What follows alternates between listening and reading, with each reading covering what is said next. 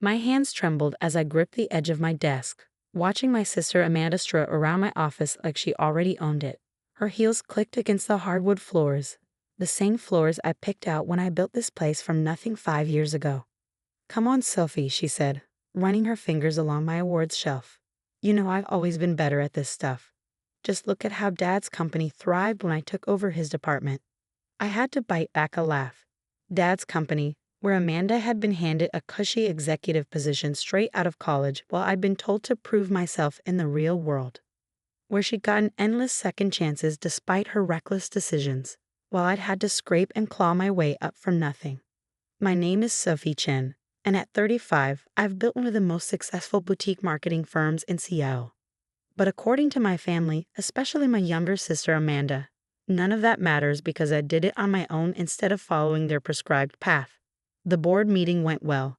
Amanda continued, settling into my chair without asking. They seemed very interested in my ideas for restructuring, very interested in fresh blood. She emphasized those last words, staring at me with that familiar superior smirk. The same smirk she'd worn when she told our parents I was throwing my life away by starting my own business instead of joining the family company. The same expression she'd had at every holiday dinner as she detailed her latest promotion, while dismissing my achievements as cute and small time. "Did you tell them about your track record?" I asked quietly, thinking of the 3 failed projects she'd overseen at Dad's company. Disasters that had been quietly swept under the rug while junior employees took the fall. About what really happened with the Miller account. Her smile faltered for just a second. "Ancient history, besides Dad fixed all that. And now I'm here to fix your little operation." She gestured vaguely around the office. "Really, Sophie, you should be grateful. This company has potential, but let's be honest, you're out of your depth, you always have been." I felt that familiar surge of anger, the same hot wave that used to overwhelm me during childhood when Amanda would take credit for my work or convince our parents that her latest failure was somehow my fault. But this time, something was different. This time, I felt oddly calm. Because Amanda didn't know what I knew. She didn't know about the careful documentation I kept of every meeting, every decision, every success over the past 5 years. She didn't know about the ironclad contracts I had with our biggest clients, all of whom trusted me personally with their brands. And most importantly, she didn't know about the succession clause I'd written into the company bylaws. The one that required any new CEO to maintain the company's profit margins for at least 6 months before gaining full control. Amanda was still talking, laying out her grand plans for gutting my carefully built company and turning it into a pale imitation of our father's corporate machine. I let her words wash over me, remembering all the times she tore me down, all the times she tried to prove she was better, smarter, more worthy. "Fine," I said suddenly, cutting off her monologue about modernization. Her head snapped up, surprise flickering across her face. "You want it so badly. Take it. You're right. Maybe it's time for fresh blood." "What?" For once, Amanda looked uncertain. This wasn't how our conversations usually went. I was supposed to fight back, to get emotional, to give her another chance to prove how much more professional she was. "You heard me," I said, straightening up. "You've convinced the board you've got all these brilliant plans. So do it. Show us all how it's done." I reached into my desk drawer and pulled out a folder, one I prepared months ago when I first heard whispers of Amanda's plans to take over. "Here's my resignation letter, effective immediately. The company's yours." Amanda's triumphant smile returned, but there was something uncertain in her eyes. "Well, good. Finally, you're seeing reason. I knew you'd come around eventually." I gathered my personal items into a box, taking my time. The family photos, the small jade plant I'd kept alive since my first client signing, the hand-painted mug my first employee had given me for Christmas. I left the awards on the shelf. Those belonged to the company after all. For now. "Just remember," I said as I reached the door, "the succession clause requires maintaining our current profit margins for 6 months before you get full control. I'm sure that won't be a problem for someone with your experience." The flash of panic in her eyes was brief but unmistakable. "What succession clause?" "Dad never mentioned." "Dad doesn't know about it," I said simply. "This isn't his company, Amanda. It's mine." Or it was. Good luck. I walked out of the office I built from nothing, past the employees who'd helped me turn my dream into reality. They watched me go with knowing looks. They'd all been briefed on what was coming. They knew their roles and what would unfold over the next 6 months. As I stepped into the elevator, I heard Amanda's voice calling after me, already tinged with the first notes of desperation. But I didn't turn around. I didn't need to. Everything was already in motion. I drove home that evening feeling lighter than I had in years.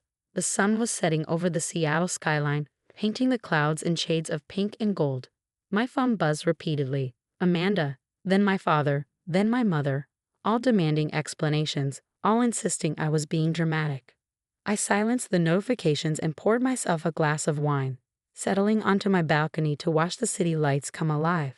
5 years ago, I'd sat in the same spot, terrified and exhilarated, planning out the company that would become my life's work. I built something remarkable, something entirely my own.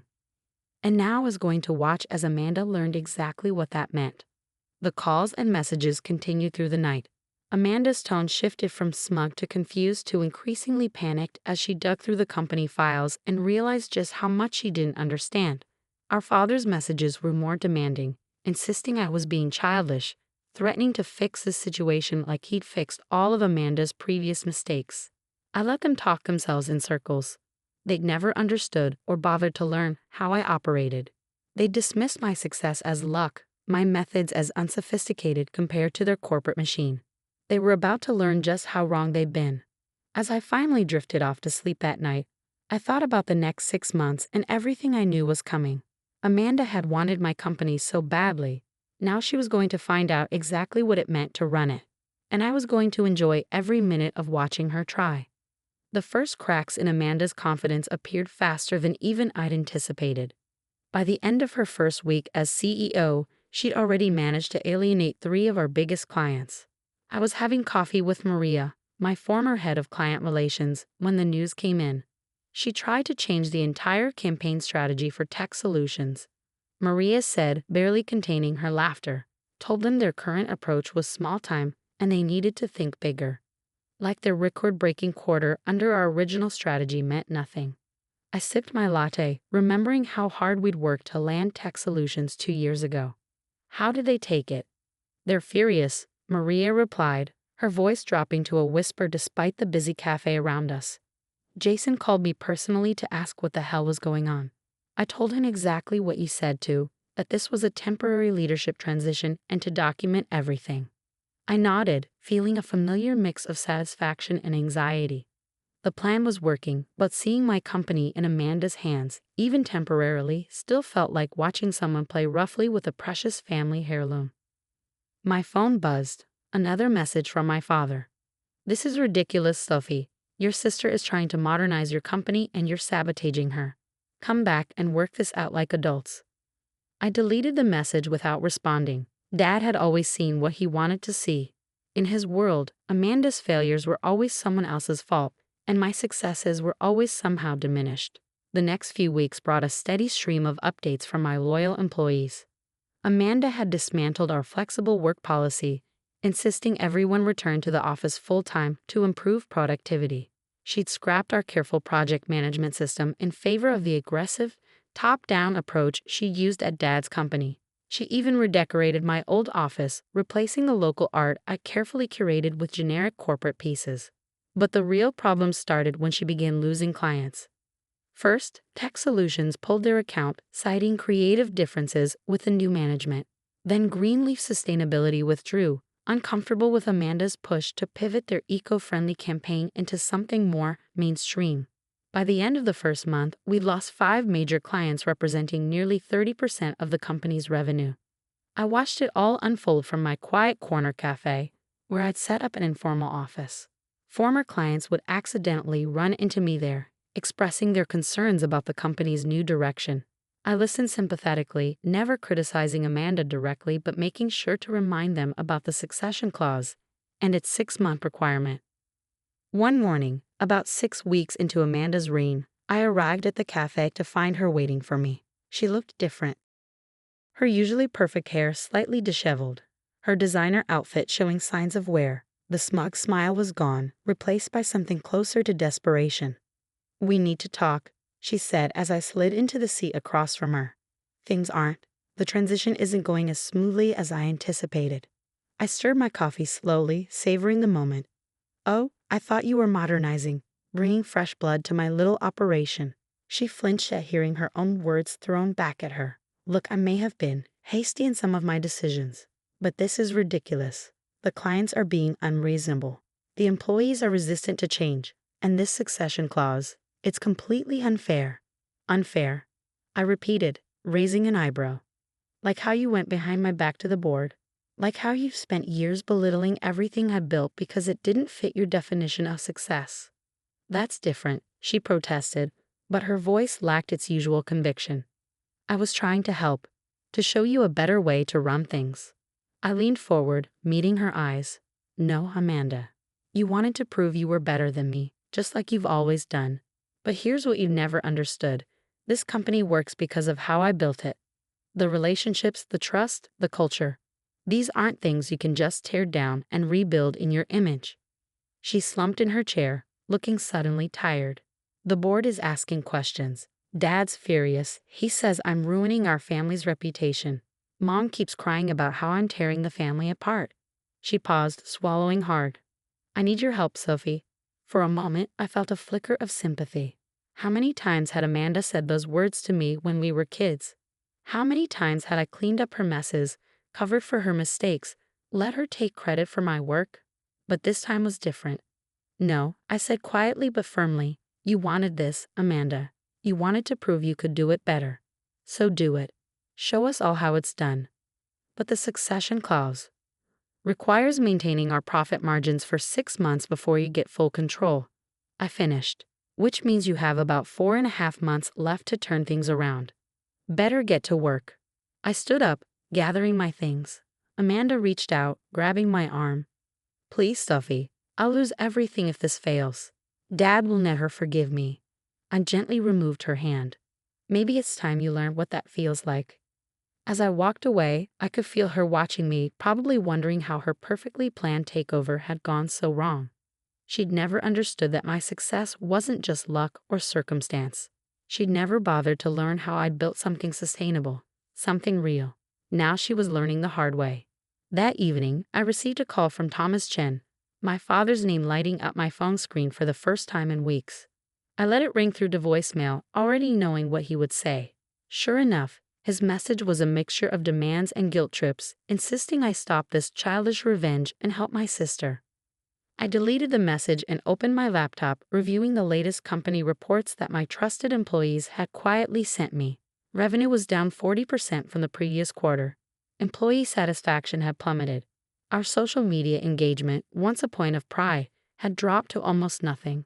Amanda was failing, just as I knew she would. But the real test was still to come, because I knew my sister, and I knew she wouldn't go down without a fight. She was going to try something desperate, and when she did, everything I'd planned would finally fall into place. Amanda's desperate move came exactly as I predicted, though even I was surprised by her audacity. It was Maria who alerted me first, her voice shaking with a mixture of shock and admiration when she called. She's trying to sell the company, Maria said. She's in talks with Henderson Global right now, says it's a strategic merger to save the business. I set down my coffee cup, a smile playing at my lips.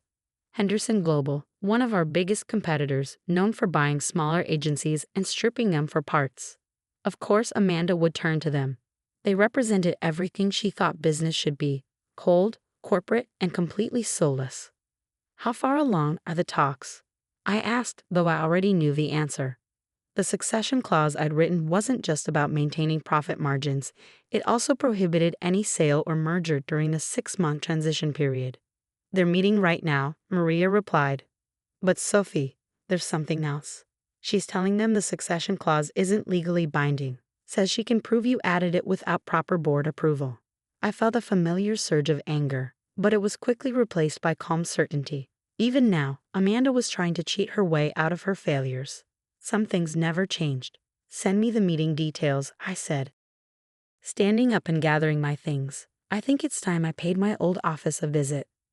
The familiar glass doors of Chen Creative Marketing felt different as I pushed them open 30 minutes later. The energy was tense, employees watching me with a mixture of hope and anxiety as I made my way to the conference room. Through the glass walls, I could see Amanda standing at the head of the table, gesturing animatedly to three men in expensive suits. I didn't knock, and as I was saying, the succession clause isn't valid. My sister added it without proper, Sophie. Amanda's voice jumped an octave as I walked in. What are you doing here? Saving you from committing fraud, I said calmly, setting my bag down. Gentlemen, I'm Sophie Chen, founder of this company, and I'm afraid my sister has been misleading you. One of the men, David Henderson himself, I realized, raised an eyebrow. Ms. Chen, your sister assured us she had full authority to negotiate this merger. Did she show you the company bylaws? I asked, pulling a thick folder from my bag. The ones filed with the state 3 years ago, signed by every board member, including the succession clause she's claiming isn't valid. Amanda's face went pale. Sophie, don't. Or perhaps she told you about our client contracts. I continued, extracting another document. The ones that include a clause allowing immediate termination if the company changes ownership without my personal approval. Henderson's expression darkened as he turned to Amanda. Is this true? She's lying, Amanda said quickly, but her voice trembled. She's just trying to sabotage the deal because she's jealous. Dad will back me up. Dad has no authority here. I cut in, my voice sharp. This isn't his company, Amanda. It's mine. And you're done destroying it. I laid out the documents one by one, the bylaws, the client contracts, and finally, the proof I'd been saving for this moment. A detailed record of every decision Amanda had made over the past 2 months, complete with financial impacts and client testimonials. Your sister claimed this company needed saving, I said to Henderson. But the only thing it needs saving from is her. Henderson stood up abruptly, gathering his papers. Ms. Chen. Amanda, I don't appreciate being mislead. This meeting is over, and you can expect to hear from our legal team about your misrepresentation. No, please, Amanda begged, her carefully constructed facade crumbling. I can explain. But they were already walking out, leaving Amanda standing alone at the head of the table, her grand plan dissolving around her. How long have you been planning this? She whispered, sinking into a chair. How did you know I'd? Because I know you, Amanda, I said, sitting across from her. You've never understood the value of building something real. You've always taken shortcuts, relied on Dad to clean up your messes. But Dad can't help you here. As if on cue, my phone buzzed, another message from our father. I held it up, showing her the screen. Let me guess. You told him about the Henderson deal? Promised him it would save your reputation? She nodded miserably. He's going to be furious. Yes, I agreed.